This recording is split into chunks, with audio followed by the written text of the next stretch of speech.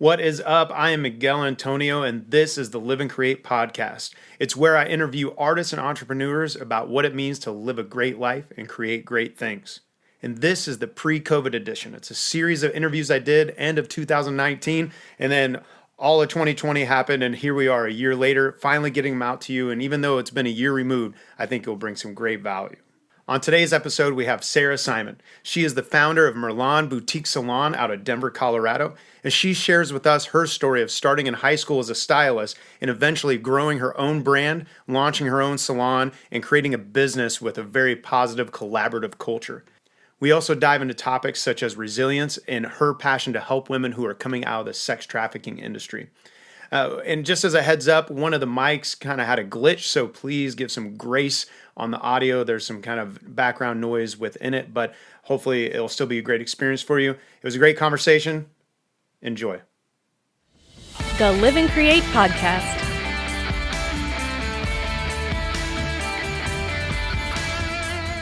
You guys are inspiring me to get tattoos. You should. Yeah, I'm like, I want tattoos like you guys have tattoos. So if you were going to get a tattoo, what would you get? So my grandpa passed away and Okay. my dad passed away, so I thought about getting dahlias on my arm because he had dahlias in his garden and he'd always point them out to us. See, and that's, I think it's cool when there's like some deep meaning behind it, even though not all mine have that either though. So any other things you'd get? Yeah, resilience, probably. But then I'm like, that's generic. But yeah, I have been resilient. So resilience, what does that mean to you? Like, obviously, like other people have it, but it has a deeper meaning to you. Yeah. So resilience. Been through a lot, but I feel like everybody's been through a lot. I guess just kind of pressing forward. There's just been a lot of stumbles and crazy things that have happened in my life to make me keep moving forward. What's the name of the dog? His name's Jude. Jude. What's Yeah. up, Jude? Yeah. I actually got him on the story earlier because he was popping in. I don't know if he's in the shot. Is he in the shot? Jude, come Hopefully. There he is. So I'll get Harry again. That's awesome. Is it okay that So is he the salon dog? he is the salon dog? Yes. That's so awesome. he is actually he's my saving grace for sure. Right on. So resilience, you feel like you've been through a lot. Been through a lot just getting here to this business, or like even from a young age? From a young age. Do you want me to go into everything? If you want to, that's Because where that's a lot of as talking. long as Yeah. you feel comfortable with it. Yeah, absolutely. Because a lot of these conversations we just dove into really what makes the artist or the entrepreneur tick. Got it. So yeah. You want because I can go from the very, very beginning. Let's start there. We'll start 'cause there, I'm and then like, 'cause you knew we'll you were meander talking- our way here. I know you got a 3:30 appointment though, so I'll keep track of that and make sure we don't go over. But Yeah. but But also, I'm like, gosh, because people can talk, so I don't know if I want to over talk. You know, if you're over talking, I'll steer it. Yeah, I'll okay, steer it somewhere. okay. Don't worry. So resilience. So I can tell you all about my life, and Billy knows a lot about my life. So, my mom and my dad were blue collar workers, so definitely my mom actually, she didn't work at all, but my dad was a construction worker. They probably got paid minimum wage. It was nothing. Yeah. House has been I guess we went bankrupt when we were kids. Oh wow! So hit that hard spot early on. As a kid, did you know that, or No, didn't know it. as an adult, you look back and realize they've been through that? Yeah. Okay. But we didn't. Well, I guess we went bankrupt several times when we were younger, but I Gotcha. don't know anything about that. Dad was an alcoholic, but actually the kindest alcoholic you would know. So he's a nice drunk, Yeah, at least, such right? a nice drunk. Really, actually, we were really, really tight. My dad and I were very, very tight. What else? Grew up. My mom's Korean, so family. My dad's side of the family is very conservative Christian, and they were racist. Okay. So they actually didn't like my mom at all, but she was the only thing that was holding things together because he was an alcoholic, but was a tiger mom, so she was always pretty hard on us. Gotcha. She's trying to keep you guys on the straight and narrow in the midst of all this chaos that she no doubt was dealing with. Exactly. It sounds like. Yeah, and we were living paycheck to paycheck, but he would drown his sorrows in alcohol. So I remember but he wouldn't show it to us. But I was pretty close to him, so I'd go out into the garage every single night because I was a daddy's girl, and that was the only time I could hang out with him because my mom didn't like alcohol in the house or cigarettes, so she would make him smoke in the garage. Yeah, and he had this heater.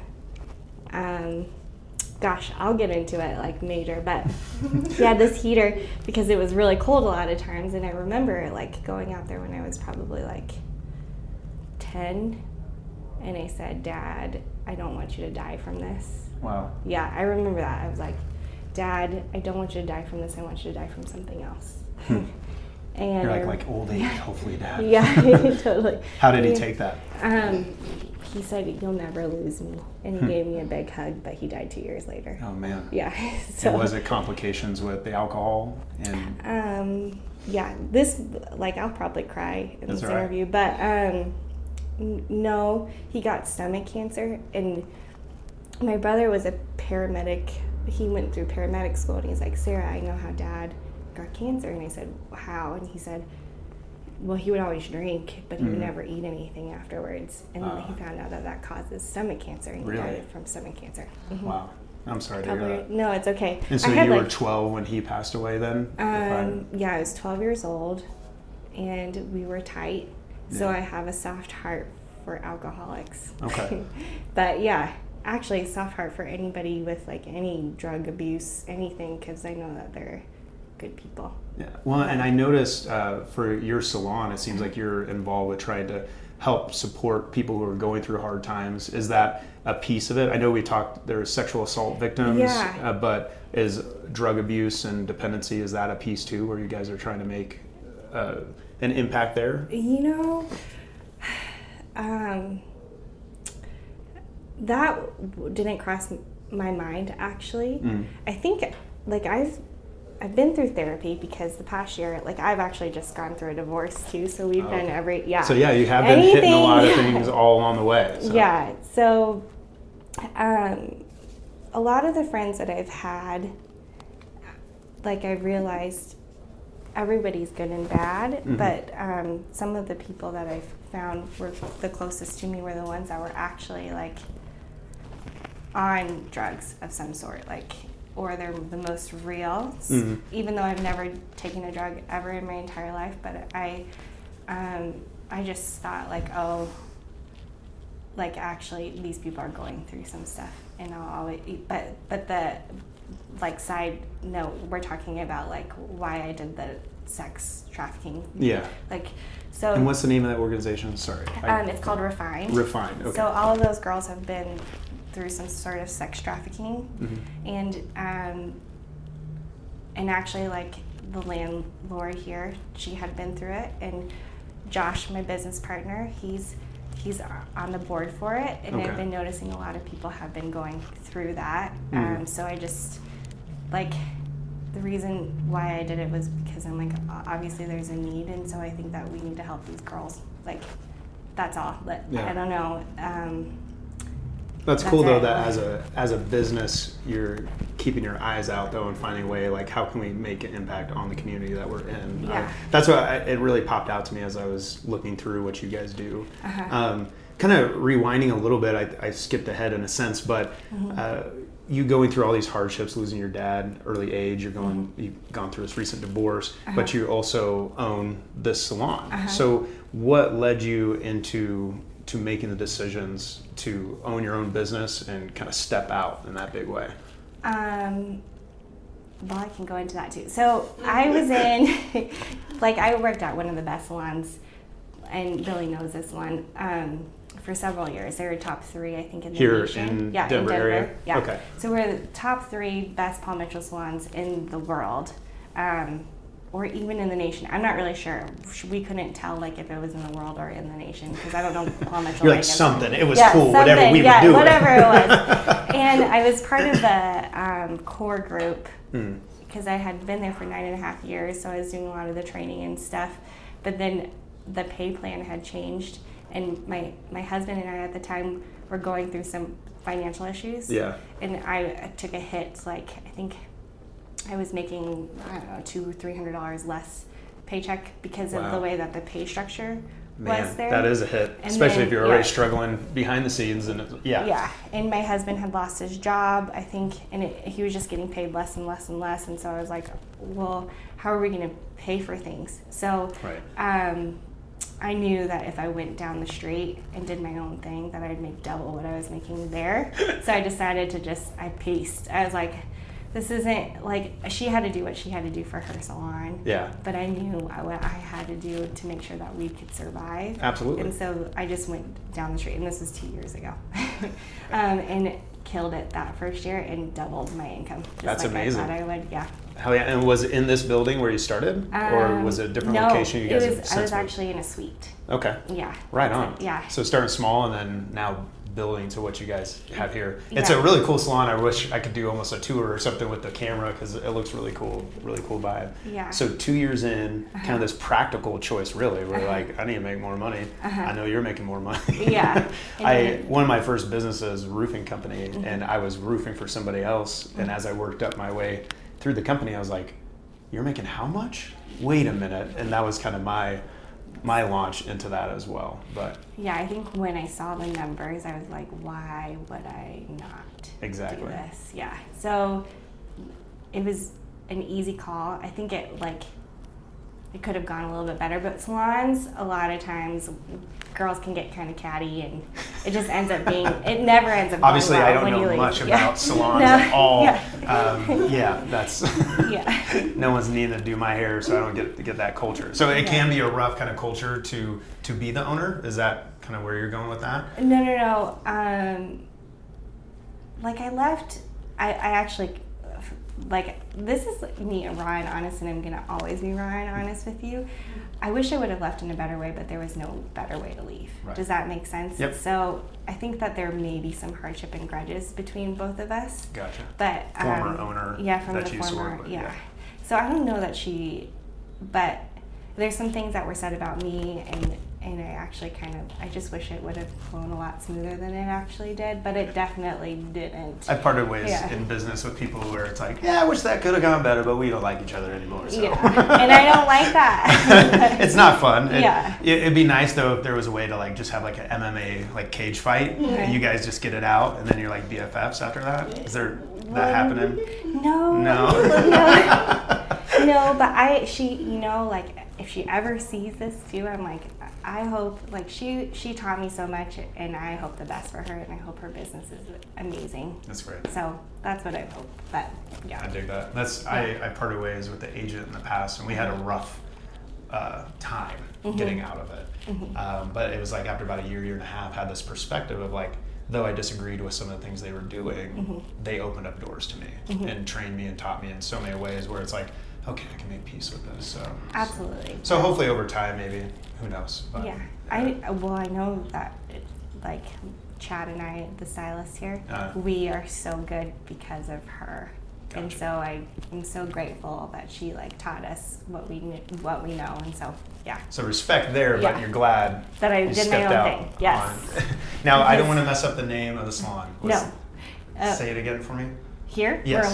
Merlan. Okay, awesome. 2 years running. What's been one of the big eye-opening things once you moved into this building, having other people work under you? What's been kind of a big aha that you've learned when it comes to business or life? There's a lot of, I feel like that's such a broad question. It is. And I know, it is. There's so many different things. One is general contractors. If I were to hire a general contractor again, make sure that you don't pay them up front because they can totally bail on you. So Did that happen? Yeah. Yeah, you learned some hard lessons yeah, there. That That's was tough. pretty hard. As far as I don't know, just make sure that you have good people. Yeah. Working for you. We're trying to find the best people, always. Because I feel we're so small that it would be good to have better people and wait. So I'm not even fully staffed right now because I want to make sure we have the best people, the people who are encouraging you and they want to learn and you and we don't talk bad about each other, and we're here for each other, and we're family. Like that's cool. the most important thing, I think. So it sounds like you're trying to squelch that idea of the cattiness that can happen. We don't have any cattiness here. That's cool. It's been really awesome. And I'm also working with all guys and one girl right now. Is it different? It's different because, these boys are like, I feel like my older brothers. Nice. I'm the youngest one out of everybody, but they're always like protecting me, and I know it, you know? And so, but sometimes with the girls, I felt like they would say one thing to you, and then they'd turn around and probably say something bad about you. I don't know, but I think that You're like, I think that's happening. I think that's happened, and I've experienced it. And not all girls are that way, but I've realized that was something that was happening, and it happens at a lot of places. And I'm not saying that it's girls or guys, but these guys are like my older brothers. That's if cool. that makes sense. And I have been around guys who I would describe as catty in the Yeah. past too. So it can be either or depending on who you're around. Totally. So rewind it, I feel like we keep going forward, and then I keep jumping you forward. I'm going to bring it back a little bit. Where did this desire, this passion for diving into being a stylist start for you? Oh my gosh. I wanted a way to pay for college. So I went in high school. I went into beauty school for high school. Okay. Because I knew you went to beauty school in high school. in high school. Mm-hmm. Okay. Because they offered this program. I knew I needed a way to pay for college. I wanted to major in music and arts. Nice. And then I was in music and arts in college, and I realized I don't know what I'm going to do with this. So then I just I have a music degree, and I feel I still don't know what I'm doing with it, but I wish someone would have told me, but then at the same time it wouldn't have led me to this path. Right. So actually, I just wanted a way to pay for college.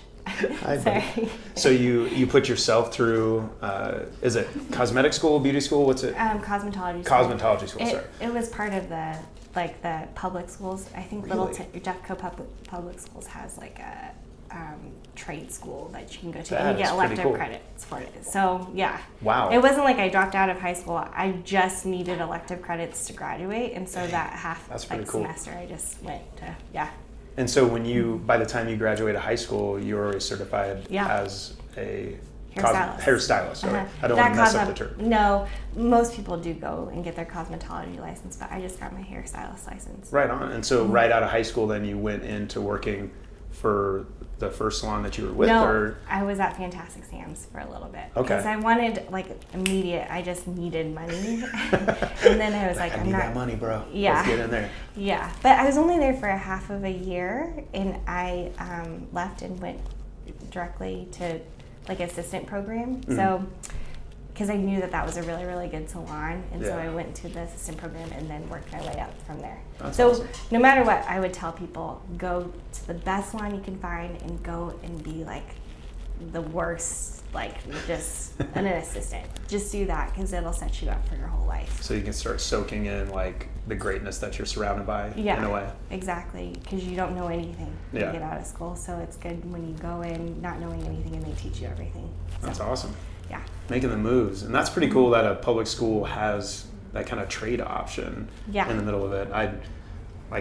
Public schools around us, I have 4 boys, and so we don't have that kind of option there. And my oldest, he's 15, and he's always trying to figure out what he wants to do. It'd be cool to see him dive into something practical like that you can hit the ground running, Are you sure that there isn't? Maybe I need to dig deeper and check, but I haven't heard of one, and he hasn't mentioned it, so I'll have to dive in. That's cool. Yeah, absolutely. It was the best decision I ever made, for sure. And actually, the old owner that I was working for, she did the same thing. Yeah. And then there's been several people I've known that have likewise. So I was the only one that is still doing hair out of that class, because Gotcha. it's super, But if you know what you're gonna do, no matter what, school doesn't teach you shit. So, go to a cheap school especially if you're poor, and Right. work your way up. That's what I would tell everyone. And get the hustle going. So I dig that. I dig it. Yeah. So I love to think through the philosophical ends of why people do things, right? And so thinking for you, just life in general as an entrepreneur, as a woman, what does it mean to you to live a great life?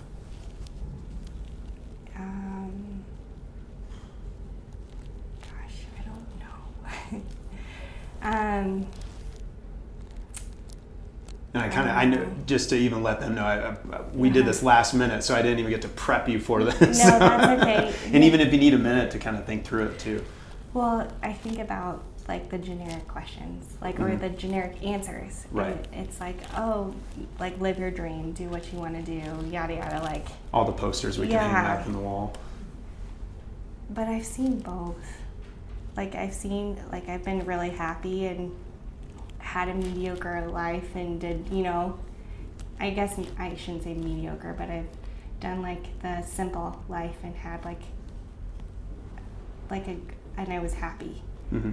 But I'm also happy doing this, and I'm going and right now I'm like in this mid stage where I like have both. Because I'm not always honest, so I will probably tear up.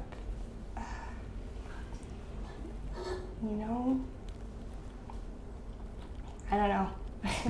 It's okay. Because you could always like, this is awesome.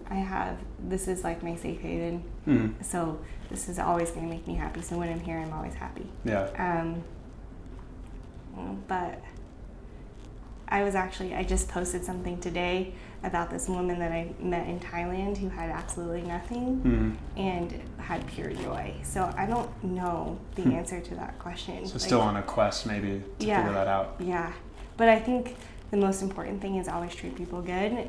And hopefully someday like happiness will come out of that. Right. I don't know. Like it's I don't know. No, and I get that too. In a way, I'm doing this series because I feel like I'm on a quest. Like I think I kind of know what I think a great life is, but in a sense I'm on a quest to discover that myself. And so each interview so far I've gotten like just yet another nugget from somebody else where that what they feel is a great life for them. I feel like I've been learning and growing along that process. So what did you hear? Well, one of the main things, and you said it twice actually, was just happiness. And them, no matter if it was a comedian or an entrepreneur or a musician / pet store owner, like I've had all these different people so far in these interviews, and it seems to always come back down to what seems cliche, right? But happiness. But what strikes me is how they define happiness, and that's been hitting me a ton because sometimes I'm just not happy, sometimes life sucks, but I just keep coming back. What does that mean? Asking myself, what does that mean for me to be happy too? Yeah. And I think it is though. I feel like it should be at least a perpetual quest of growing and learning and understanding. So I think but the more you learn, the more you realize you don't know shit. Right. And then again, I feel like that's a generic answer. Yeah. Some things though, I think, though they're cliches for a reason because it's that little bit of truth that just keeps coming and smacking all of us in the face over and over again, where it's like people who are just hustling all the time and not happy in that. And I've been in that too, where I've had like I think I mentioned the roofing company I had back in the day. I hated my life every day. It was like I was making money, and I remember being on a roof with like during a storm at like 4 a.m. The girl I was dating at the time literally holding the flashlight because it started leaking on a roof that we were working on. And I'm like, why the hell am I doing this? And that started a whole new journey for me to figure out like I'm not happy doing this. I thought I would be, but I'm not. So, but that's one of the biggest things I think. I think that the things that make me the most happy are like, being active, doing things that are good for me, building a business, whatever it is. But there's like no formula, I think. Because, people always think like, if I make this much, then I can do these things and yada yada. But then you're like, but does that really make you happy? Right. Like, I don't know. And there's some people who have accomplished those goals and are like, still not happy. Yeah. And some people who are still on the journey. There was one that stuck out to me, a comedian in LA that we did an interview.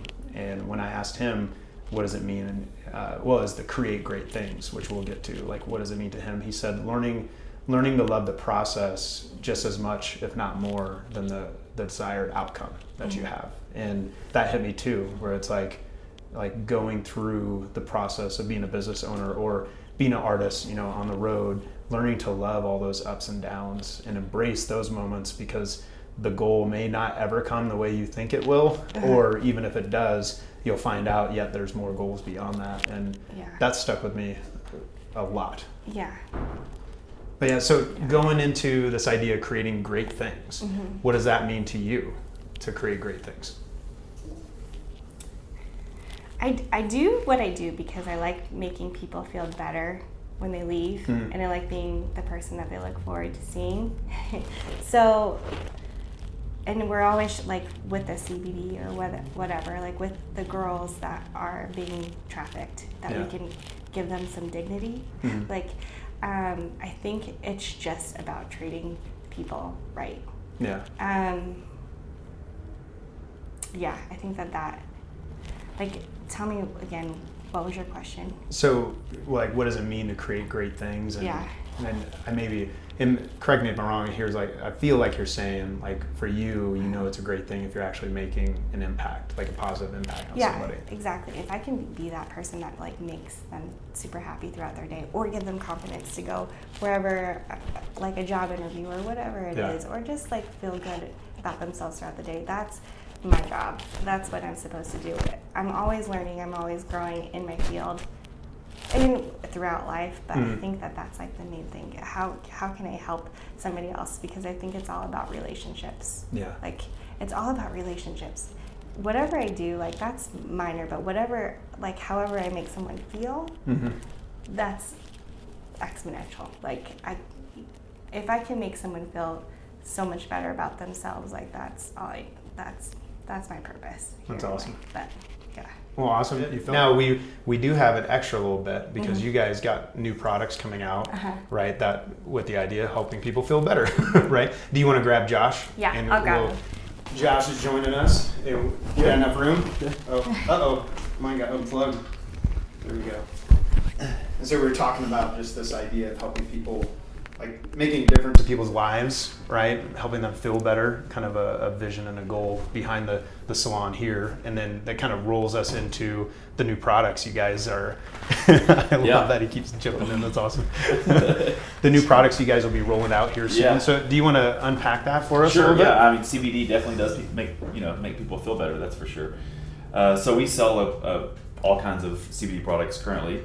As I'm sure you saw, but now we want to create our own line. Yeah, that's the next goal. So awesome. Hopefully by the time this comes out, maybe we'll have them in stock. Hell yeah. Yeah, we do have a bunch of products already, and for pretty much almost any ailment that someone has, we are able to relieve that, and it makes us feel good whenever somebody comes in and keeps coming back in for the same product. You're making a difference. And it almost sounds like you guys are creating a culture here of your salon where people come into this culture and just like feel better as they walk away. So that's really cool. Yeah, what you guys are doing. Yeah, and they don't just look better though. They truly feel better. I don't know. Did y'all talk about the massages? I mean, it's no, we didn't even jump in on that. So that just your typical getting your hair washed. Yeah. Like, I mean, I used to go to I don't want to name names. Oh, okay. I used to go to a very famous barber shop and I got my head massaged like that. You're like, what's up, bro? Yeah, it's worth paying a little more for a men's haircut whenever you're really feeling good. Yeah, I don't know much about that, unfortunately, because I don't have hair. But that's why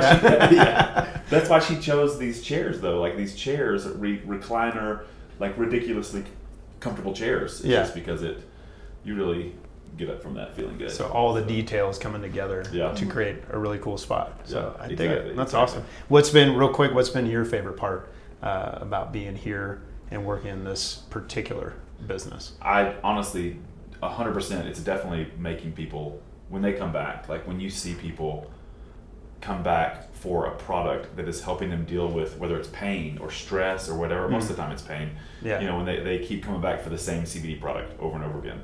I think that means a lot. That's cool. It's really helping them a lot. That's awesome. Well, guys, thank you so much for making the time. Thanks for letting us take over the back room here. Yeah. In it. Thank you for listening to the Live and Create podcast. If you like what you heard, make sure you subscribe and leave a comment or a review. The Live and Create podcast.